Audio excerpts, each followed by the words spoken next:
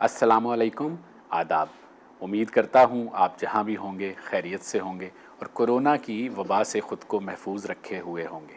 آج میرے اسٹوڈیو میں، میرے چائے خانے میں ایک ایسی شخصیت موجود ہے جن کے سامنے میں کوئی تعریفی یا توصیفی کلمہ کہتے ہوئے گھبراتا ہوں، لیکن اس وقت میں موقع سے فائدہ اٹھا سکتا ہوں، کیونکہ جب تک میں نہیں کہوں گا وہ بات شروع نہیں کریں گے کہ ایک ہوتے ہیں استاد، ہمارے اور آپ کے استاد، اور ایک ہوتے ہیں آپ کے استاد کے استاد، یعنی استادوں کے استاد۔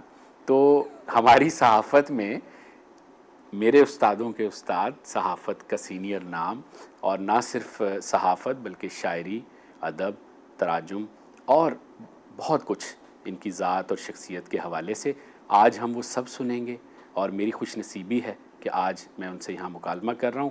تو بغیر کسی تاخیر کے آپ کی براہ راست ملاقات کروا رہا ہوں ہمارے آج کے محترم مہمان جناب انور سن رائے صاحب سے۔ السلام علیکم۔ وعلیکم السلام۔ کیسے ہیں سر؟ ابھی تک تو ٹھیک۔ آپ کو استادوں کا استاد کہہ دیا میں نے، یہ بہت محاورہ جو ہے نا لیکن میں نے تو مثبت معنوں میں کہا۔ اردو زبان میں یہ منفی کنوٹیشن ہے اس جی کی۔ جی جی، لیکن وہ میں فارسی کی اصطلاح استعمال کرنا چاہ رہا تھا، لیکن وہ بہت گنجلک ہو جاتی، تو میں نے کہا جی وہ استاد الاستاد، جی استاد الاساتذہ، جی بالکل، تو بالکل اب تو زبان بھی نہیں ادا کرتی۔ یہ واقعی فاصلہ ہو جاتا ہے۔ اچھا، یہ سب لوگ ہمیں بھی سمجھنا چاہیے ہوں، کہ اب اردو کے پیچھے سے عربی اور فارسی دونوں زبانیں تقریباً ہٹ چکی ہیں۔ درست، اگر تفصیلی بات ہوگی تو اس پہ الگ بات ہو سکتی ہے، ضرور ضرور، کیونکہ اس میں ایک کردار مدرسوں نے بھی ادا کیا ہے، جی ورنہ آپ کی یہ زبان بہت جلدی بہت تبدیل ہو چکی ہوتی ہے۔ صحیح۔ تو چلیں اس پر بات کریں گے۔ آپ ہمارے ڈھابے پر تشریف لائے ہیں تو چائے ہم پلواتے ہیں اپنے مہمان کو تازہ، تو جو چائے آپ جیسی پینا چاہیں آپ بتائیے۔ بس ذرا چینی درمیانی ہو اور دودھ بھی بہت زیادہ نہ ہو اور بہت زیادہ پکی ہوئی بھی نہ ہو۔ ٹھیک ہے بھائی، ثاقب سمجھ گئے، چلیں گڈ ہے۔ تو سر ہمارا آج کا جیسے کہ موضوع بنیادی گفتگو تو ہم نے بہت ساری کرنی ہے، آپ کے کام، آپ کا کیریئر، آپ کی شخصیت، لیکن ابتدائی گفتگو میں سب سے پہلے بتائیے کہ اب یہ جو کورونا کی وبا کا دور اس وقت گزر رہا ہے، اور ہم میڈیا بھی، معاشرہ بھی، دیگر شعبے بھی اس پر سے متاثر بھی ہو رہے ہیں اور اس میں سے گزر بھی رہے، تو کورونا کے بعد آپ میڈیا کا کیا مستقبل دیکھتے ہیں؟ جس طرح ابھی ہم بات کر رہے تھے آف ایئر، آپ بتا رہے تھے کہ اب تو پوری دنیا جو ہے وہ کمپیوٹر کی اسکرین پر جمع ہے، اور بڑی کاسٹ کٹنگ ہو سکتی ہے، بڑے پروگرامز لائیو مانیٹر کی اسکرین کے ذریعے سے بھی پیش کیے جا سکتے ہیں، اسٹوڈیو کا کشت کاٹنا اتنا ضروری نہیں ہے۔ تو اس سارے سینیریو میں آپ کیا سمجھتے ہیں، کیا بنیادی تبدیلیاں پاکستانی میڈیا میں آئیں گی؟ آپ کا لگ بھگ 40 سے 46-45 سال کا کیریئر ہے میڈیا کا، جس میں اخبارات بھی ہیں، چینلز بھی ہیں، بی بی سی سے آپ کی وابستگی کی 2 دہائیاں بھی ہیں، اور بہت کچھ ہے۔ میں چاہتا 2 ہوں دہائیاں تو نہیں، بی بی سی کم ہے، تقریباً 15۔ جی 15 سال، چلیں 15 سال بھی بہت ہیں، تو یہ سارا آپ کا تجربہ، تو میں نے سوچا کہ شروع گفتگو یہیں سے کر لیتے ہیں۔ ہاں جی بالکل ضرور۔ دیکھیں یہ بہت ہی انوکھی اور شاید ہماری پوری انسانی تاریخ کی سب سے بڑی وبا ہے، سب سے بڑی جغرافیہ کے اعتبار سے بھی ہے کہ اس کا پھیلاؤ عالمگیر ہے، جی پوری دنیا کو اس نے اپنی لپیٹ میں لیا ہوا۔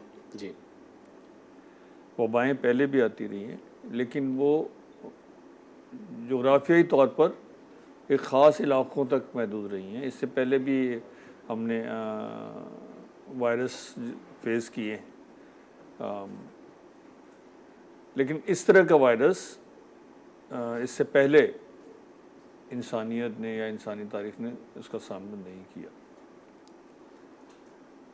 اگر آپ اس کی اکنامک وہ دیکھیں، معاشی اس کی قیمت دیکھیں، تو سب سے بڑا پیکج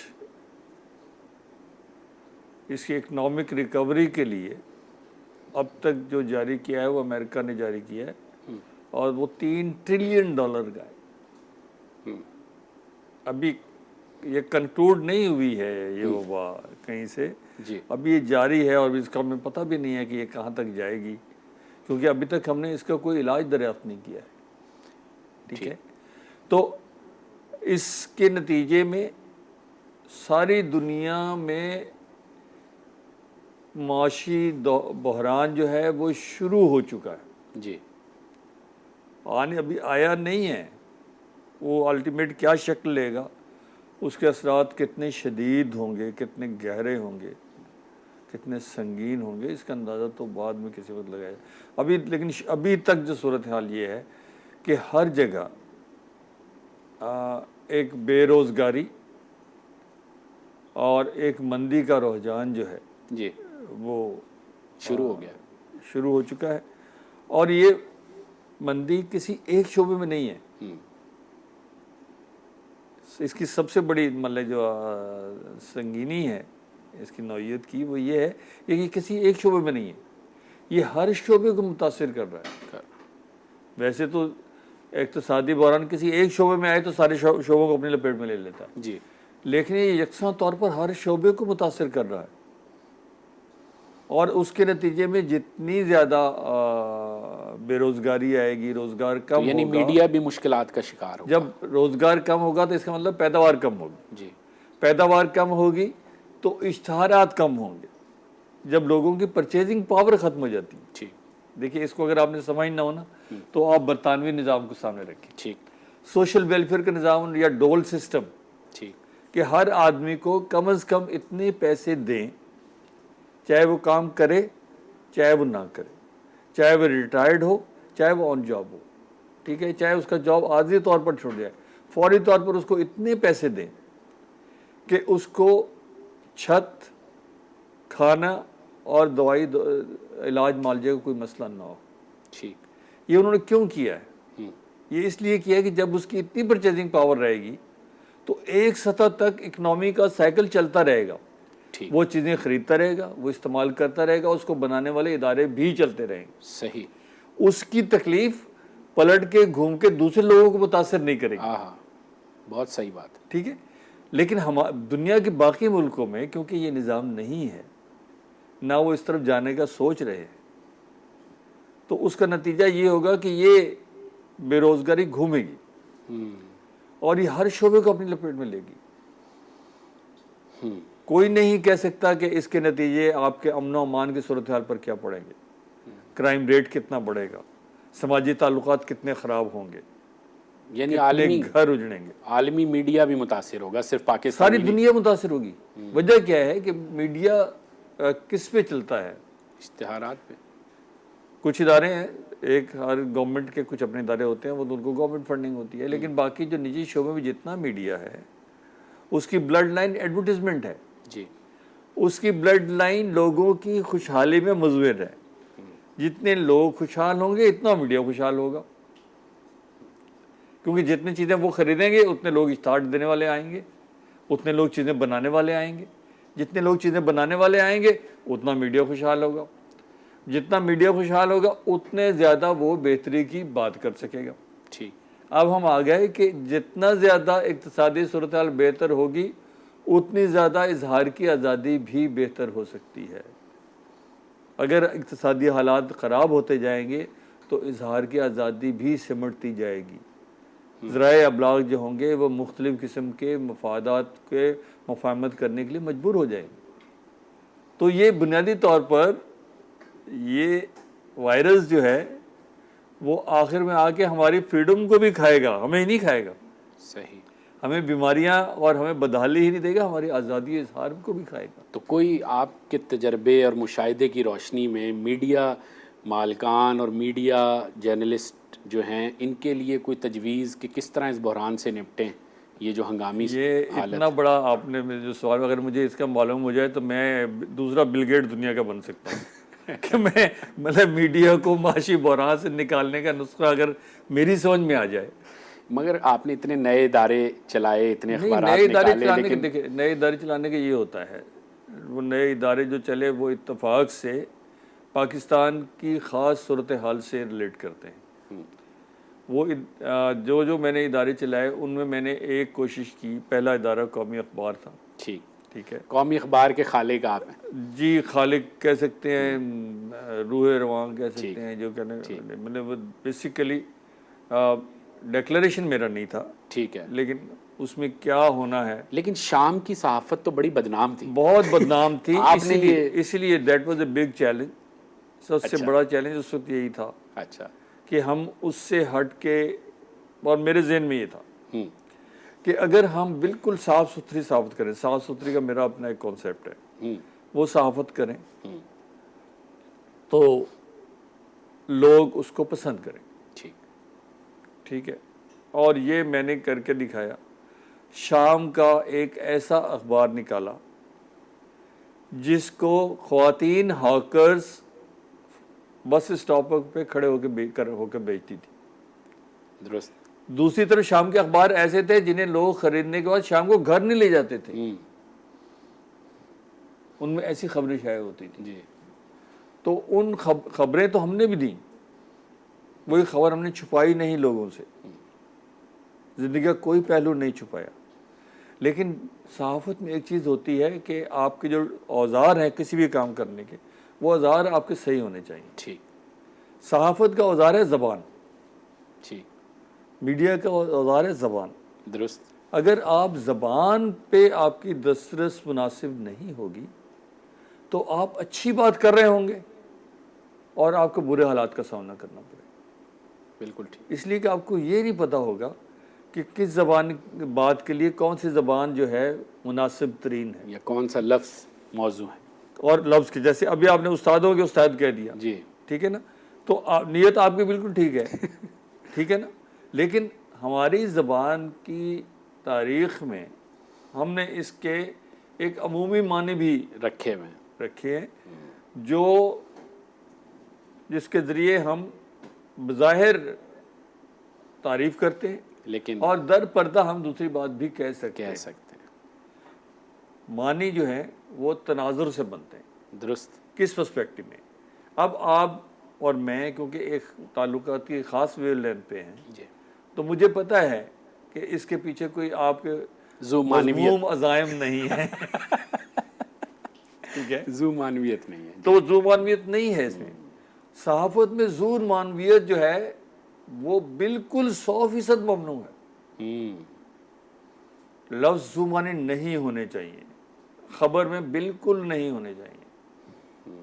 آپ ادارے میں کسی حد تک استعمال کرتے ہیں، اس میں بھی نہیں ہونے چاہیے ویسے. ٹھیک. لیکن آپ کالموں میں کر سکتے ہیں، صحیح.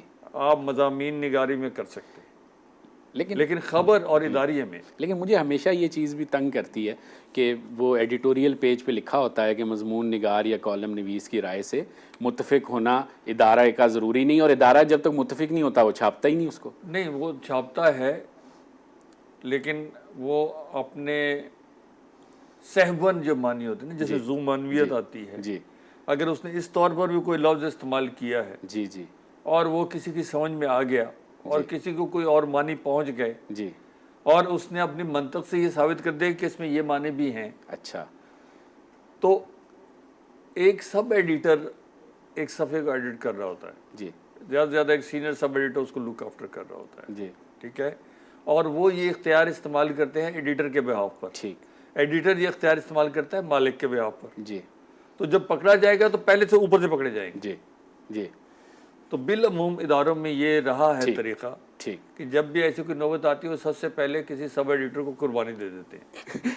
چلیں، ہوتا ہی ہے، بالکل صحیح. لیکن حقیقت ہے یہ ہے کہ ہمارے جو پرنٹ میڈیا ہے جی اور الیکٹرانک میڈیا بھی ہے، اس میں کچھ بچت کرنے کے لیے کچھ عہدے نہیں رکھے گئے. بالکل. اگر آپ کی اجازت ہو تو ہم ایک بریک لے کے واپس آتے ہیں اور یہیں سے بالکل بریک تو آپ اپنی مرضی سے لیں کیونکہ وہ ناگزیر ہے. جی جی، تو بریک بہت ضروری ہے اور ہمارے ناظرین جانتے ہیں کہ اسی بریک میں وہ اپنی چائے تیار کرتے ہیں اور ہم اپنی چائے بناتے ہیں اور پکاتے ہیں اور پھر پیتے ہیں ساتھ مل کے. تو واپس آتے ہیں بریک کے بعد اور یہیں سے گفتگو کے سلسلے کو جوڑتے ہیں.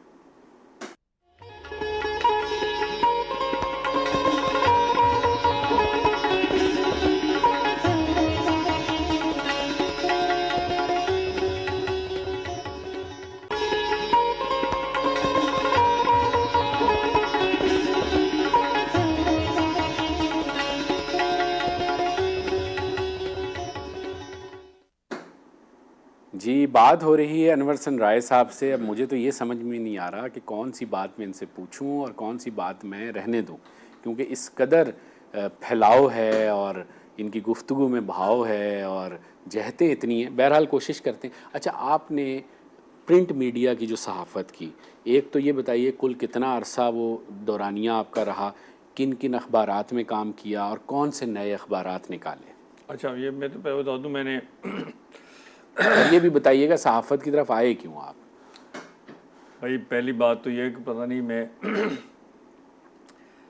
میری جو تعلیم ہے نا بچپن ابتدائی تعلیم, جی.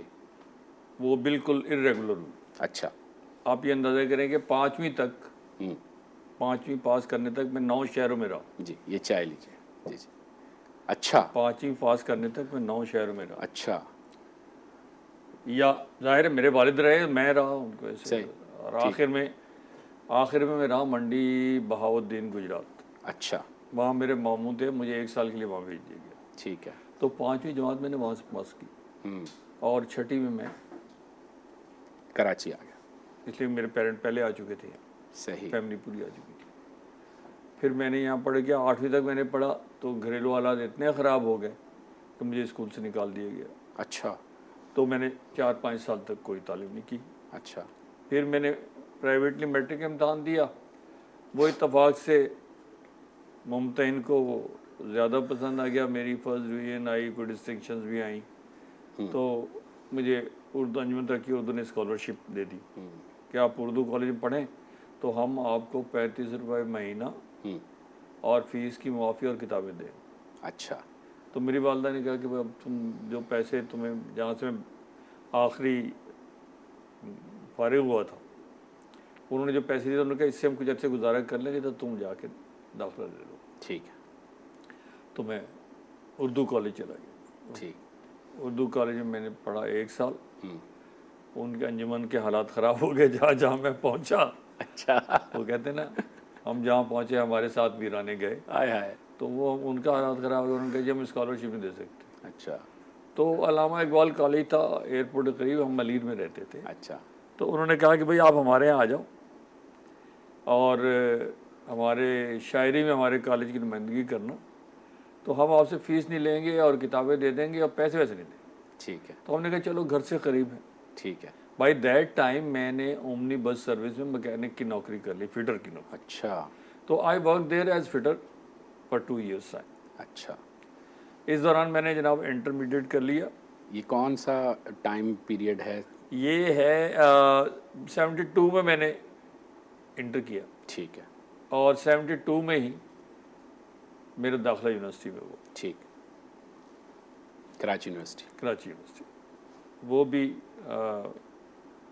ہمارے ایک مہربان نے داخلہ کرایا, فیس بھری اور کہا کہ تم نے پڑھنا ضرور ہے آگے. ٹھیک.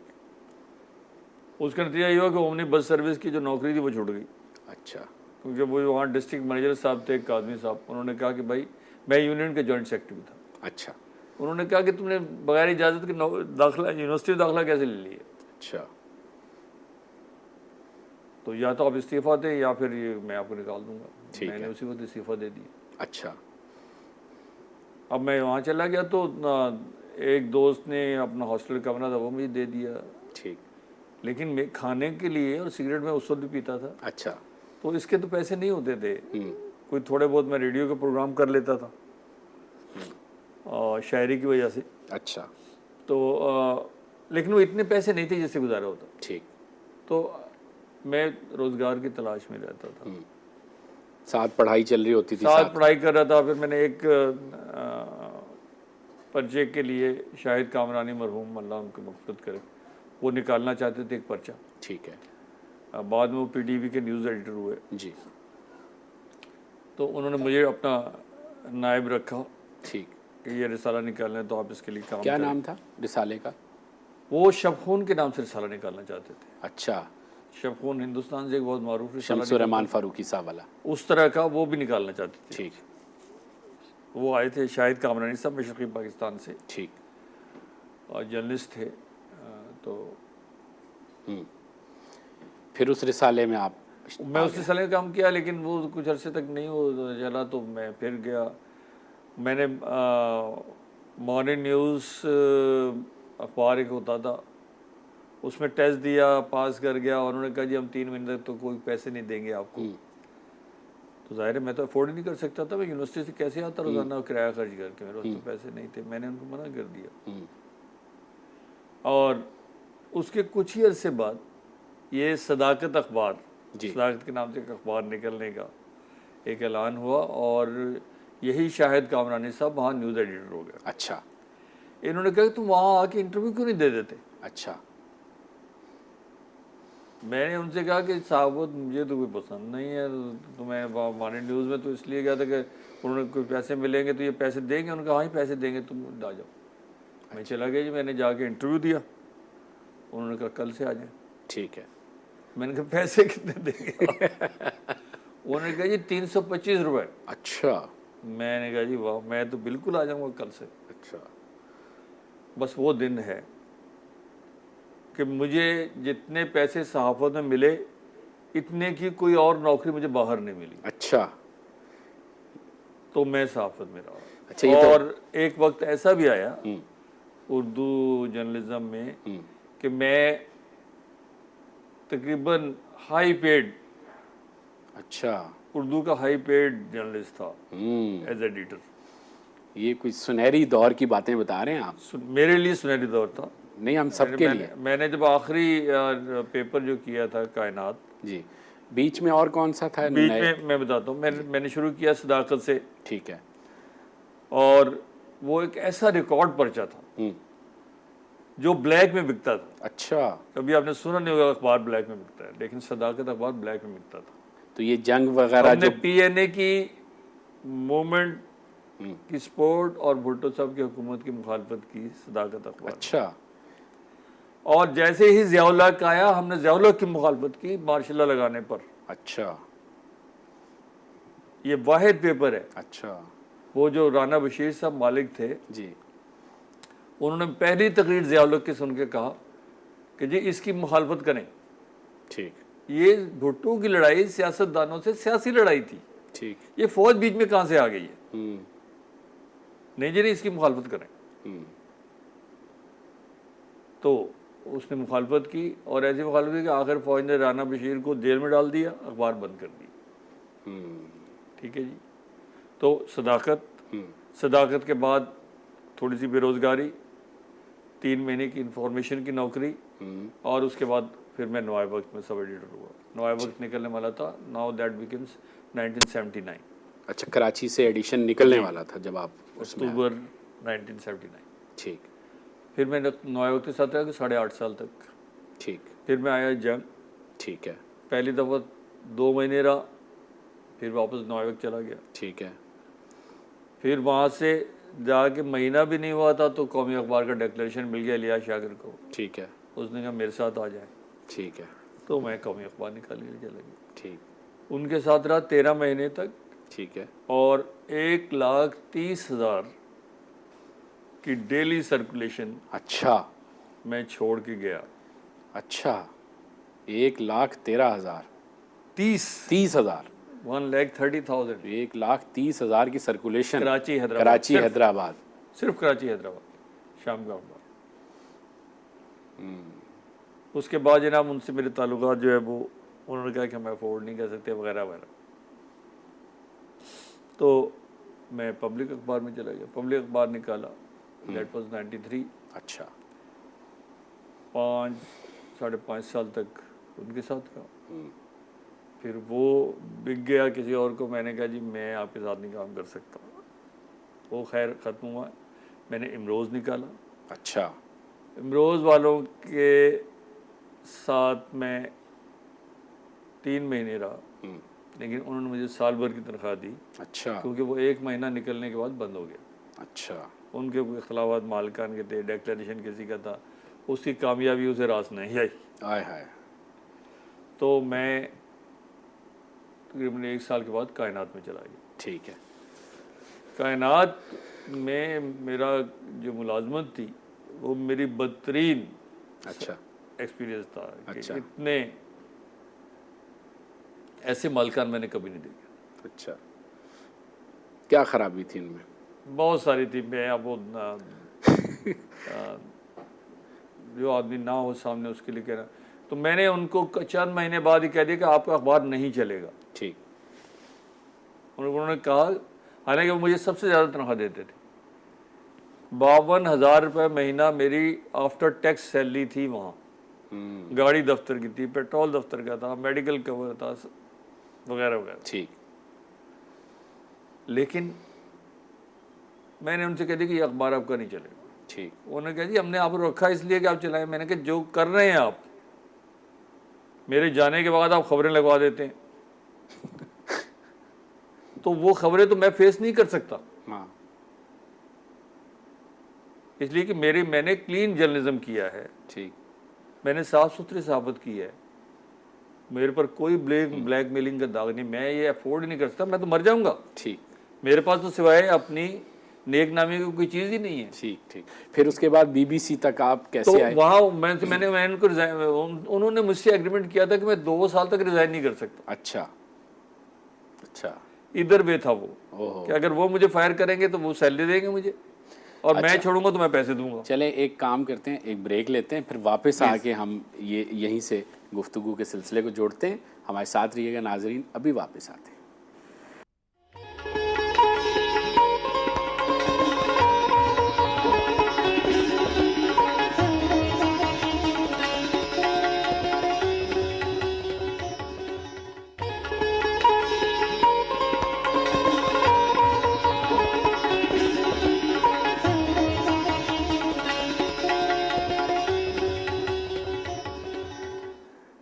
جی, بات ہو رہی ہے انور حسن رائے صاحب سے, اور جیسا کہ میں نے کہا تھا کہ وقت پر لگا کے اڑ رہا ہے.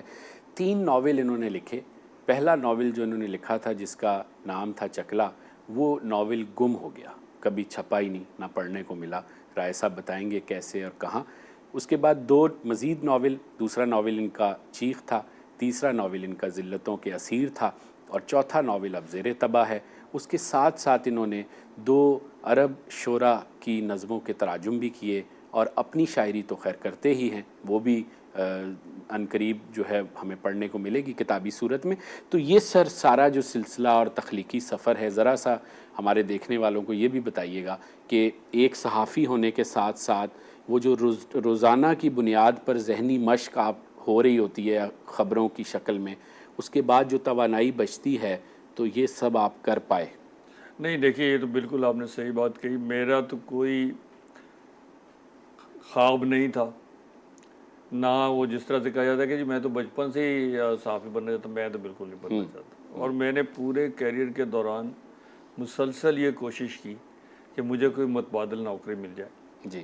اچھا, اگر قطع کلامی معافی ہوگی, BBC اردو سروس کا ذکر رہ گیا, تو اگر وہ ذرا بتا دیں کیسے وابستگی ہوئی اور کتنا ٹائم آپ نے گزارا لندن؟ میں بتا رہا تھا کہ وہ آخری اخبار میرا کائنات تھا. کائنات سے میں علیحدہ ہو گیا جب, تو اس کے بعد ایک دن اشتہار آیا, مجھے ایک دوست نے بتایا, میں نے بھی اپلائی کر دیا. ٹھیک. اپلائی میں نے اس لیے کیا کہ ظاہر ہے بیویاں جو ہوتی ہیں ان کو فکر رہتی ہے شوہر بے روزگار ہو جائے. جی جی بالکل. اور میرا تو بہت ہی مسئلہ تھا, 3-4 بچے پڑھتے تھے, ان کی فیسیں, جی ہمارا سب سے بڑا خرچہ بچوں کی فیسیں تھا. بالکل ٹھیک. اور زندگی تو جیسی میں نے گزاری ہے وہ سب کے سامنے ہے. بہت ہمیشہ کم خرچ مکانوں میں رہے, اور کرائے کے مکانوں میں رہے, اور کبھی کاروبار نہیں رکھی. ٹھیک. تو وہ فیسیں پوری کرنا بہت مشکل تھا. بالکل صحیح. تو میں نے عذرا کی تسلی کے لیے اپلائی کر دیا. اتفاق سے وہاں جو لوگ تھے وہ مجھے جانتے تھے, تو میں نے انٹرویو وغیرہ دیا, اور وہ ظاہر میں کر ہی لیتا, ترجمہ تو کر ہی رہا تھا میں. تو وہ میں چلا گیا BBC, اور سلیکٹ ہو گیا, اور اتفاق سے 9/11 ہو گیا. تو انہوں نے کہا کہ جلدی آ جائیں. اچھا. ورنہ شاید اور دیر لگ جاتی جانے میں. تو ہم جلدی چلے گئے. انہوں نے آن لائن شروع کرنا تھا, اور میں آلریڈی آن لائن کے لیے کوئی ڈیزائن کر رہا تھا پہلے سے. ٹھیک ہے. تو وہاں BBC میں گئے, اور وہاں جا کے میں نے بہت کچھ سیکھا. ٹھیک. اور زندگی میں بہت بڑی تبدیلی بھی آئی ہوگی. زندگی میں تو اتنی زیادہ, مطلب کہ سب سے بڑا تبدیلی تو یہ آئی کہ مجھے بہت سہولت ہو گئی. وہاں قرضے بہت ملتے تھے, وہ سب میں نے لے کے بچوں کی تعلیم مناسب طور پر پوری کر لی. ٹھیک یہ ایک بہت بڑا صحیح زندگی کے حساب سے بہت بڑا فائدہ ٹھیک. ہوا. اور یہ پھر یہ سارا ذاتی طور پر میرے یہ ہوا کہ مجھے بہت ساری چیزیں کتابیں وہاں خریدنے کا موقع ملا, پڑھنے کا موقع ملا, زندگی کو دیکھنے ملا, وہاں کا صحافت کو سمجھنے کا موقع ملا, وہاں کی زندگی. تو وہ اگر میں نہیں جاتا جی تو وہ دنیا مجھ پر نہ کھلتی. کتابوں کے ذریعے جو جتنی پہنچ سکتی پہنچی ویسے نہ کھلتی. صحیح اور وہ دنیا بہت مختلف ہے جو کتابوں میں نظر آتی ہے, صحیح اس سے بہت مختلف ہے اصل میں. بالکل ٹھیک. مثلا ہم صحافت کی آزادی کا ماڈل بناتے ہیں برطانیہ کو, جی تو صحافت کی آزادی تو وہاں بھی نہیں ہے. جب وہاں نہیں ہے تو یہاں کیا اور صحافت کی آزادی کہیں بھی نہیں ہوتی, اور صحافت کی آزادی ہر وقت ہوتی ہے. میں یہ کہتا ہوں کہ ہر وقت ہوتی ہے, اچھا ہر وقت ہوتی ہے اور کم ہوتی ہے. آپ ہمیشہ صحافت میں آزادی کو اپنی ہتھیلی سے پہ رکھتے ہیں یوں, اور پش کرتے رہتے ہیں آہستہ آہستہ, ٹھیک ہے اپنے لیے جگہ بناتے رہتے ہیں. ٹھیک کیونکہ صحافت کو کم کرنے والا کوئی ایک ادارہ نہیں ہوتا. ٹھیک ہے ہم صرف ایک تصور رکھتے ہیں صحافت کی آزادی کا کہ ویزا بھی حکومت ہوتی ہے. نہیں, ویزا بھی سماج بھی ہوتی ہے, ٹھیک روایت کے خلاف بھی ہوتی ہے, ٹھیک مذہب بھی اس میں آڑے آتا ہے. بالکل ساری چیزیں آپ کو روکتی ہیں, درست. ساری چیزیں آپ کو سوال کرنے سے روکتی ہیں. اور صحافت کی آزادی تقاضا ہی کرتی ہے کہ آپ سوال اٹھاؤ گے, لوگوں کو پتہ چلے گا, وہ صحیح فیصلہ کریں گے, وہ صحیح فیصلہ کریں گے تو صحیح حکومت آئے گی, صحیح حکومت آئے گی تو صحیح ملک چلائے گی, صحیح ملک چلائے گی تو لوگ خوشحال ہوں گے, لوگ خوشحال ہوں گے تو ہر چیز بہتر ہونے لگے گی. ٹھیک مطلب کیوں میرے بچے کا کیوں حق نہیں ہے کہ اس کو اتنے ہی مواقع ملیں تعلیم کے, صحت کے, جتنے کسی اور کے بچے کو مل سکتے ہیں. ٹھیک ہم نے 70 سال میں کیا کیا ہے سوائے ایک رولنگ ایلیٹ بنانے کے؟ میں نے آپ کو بتایا کہ ہم نے جب ہوش سنبھالا تو 21 خاندان سنے تھے کہ جی 21 خاندانوں کے پاس پاکستان کی دولت ہے. اب پاکستان آدھے سے کم رہ گیا ہے, اور خاندان کتنے 22-25 ہزار. اب ان کے پاس ہے سب کچھ. کیوں ان کے پاس ہے؟ کیوں نہیں اتنے بڑے لوگ ہیں, ان کے بچوں کو کیوں نہیں موقع ملتا کہ وہ اب دیکھیں یکساں نظام تعلیم جب کی بات ہم کرتے ہیں تو کیوں کرتے ہیں؟ ہم اس لیے کرتے ہیں کہ جو بچے جتنی صلاحیت رکھتے ہیں وہ ان کے ساتھ صلاحیت کے حساب سے ان کو مواقع مل سکے. یہاں تو کوئی بھی چیز یکساں نہیں ہے, کیا نظام تعلیم اور کیا باقی چیزیں. مجھے بھی پتا ہے طبقات کبھی ختم نہیں ہوں گے معاشرے. جو مارکسزم میں یہ کہا گیا نا کہ ایک زمانہ آئے گا طبقات کا, نہیں, کبھی ختم نہیں ہوں گے. ہم زیادہ سے زیادہ یہ کر سکتے ہیں کہ ہم طبقات کے درمیانی جو فاصلہ ہے اس کو کم کریں, اس کو بتدریج کم کرتے چلے جائیں. ٹھیک طبقات تو ہمیشہ صلاحیت پر بنیں گے, درست جس کی صلاحیت اچھی ہوگی اس کو موقع ملنا چاہیے, انصاف کا تقاضا ہے. بالکل ٹھیک. تو اب آپ نے پوچھا تھا کتابوں کے آپ کی کتاب جی یہ ضروری ہے. اصل میں تو مجھے ادیب کی زندگی جینی تھی. اچھا اب ہمارے پاس اپنی زندگی میں 2-3 غلطیاں کی. اچھا 2-3 منٹ ہی ہمارے پاس بچے ہیں. آپ 2-3 میں نے بتا دیتا ہوں. 2-3 میں نے پہلی غلطی یہ کی کہ میں عشق میں مبتلا ہو گیا. اچھا اور میں نے شادی کر لی. اچھا جو غلط فیصلہ تھا. میں معاشی طور پر شادی افورڈ نہیں کر سکتا تھا, اس کی وجہ سے مجھے نوکری کرنی پڑی, اور نوکری کرنے کی وجہ سے میرا وہ ہدف جو تھا ادب والا, ہاں وہ بہت شدید متاثر ہوا. صحیح ٹھیک ہے. پہلا ناول چکلا تھا جی جو گم ہو گیا. اور کہانیاں نہیں شائع ہو سکی, شاعری نہیں شائع ہو سکی. تو وہ ناول مجھے یہ پتہ چل جاتا ہے, آپ نے پوچھا تھا کیسے گم ہوا, تو میں پتہ چل جاتا تو میں ڈھونڈ نہ لیتا. اچھا پھر اس کے بعد کے 2 ناول آپ اور وہ اس کی ساخت ایسی تھی, جی یہ والے جی پہلے ناول کی ساخت ایسی تھی کہ میں اسے ری رائٹ نہیں کر سکتا. میں چیخ کو بھی ری رائٹ نہیں کر سکتا. صحیح. میں اس ناول کو بھی ری رائٹ نہیں کر سکتا, کیونکہ جس طرح سے اس میں چیزیں آئی ہیں تصور کیا جاتا ہے کہ نثر میں شاید آپ بالکل شعوری طور پر کام کرتے ہیں, ایسا نہیں ہے. جو چیز ایک دو لکھ دی جاتی ہے نا, وہ دوبارہ اس جیسی بن سکتی ہے, کوئی ویسی نہیں بن سکتی. اس لیے میں کہتا ہوں کہ ترجمہ بھی نہیں ہو سکتا. ٹھیک. اور پھر دوسرے 2 ناول آپ کے پھر یہ 80 میں لکھا گیا اور 87 میں چھپا. ٹھیک ہے کیونکہ ضیاء الحق کی پری سینسرشپ تھی. ٹھیک. اور کوئی آدمی کتابت بھی نہیں کرتا تھا. اچھا.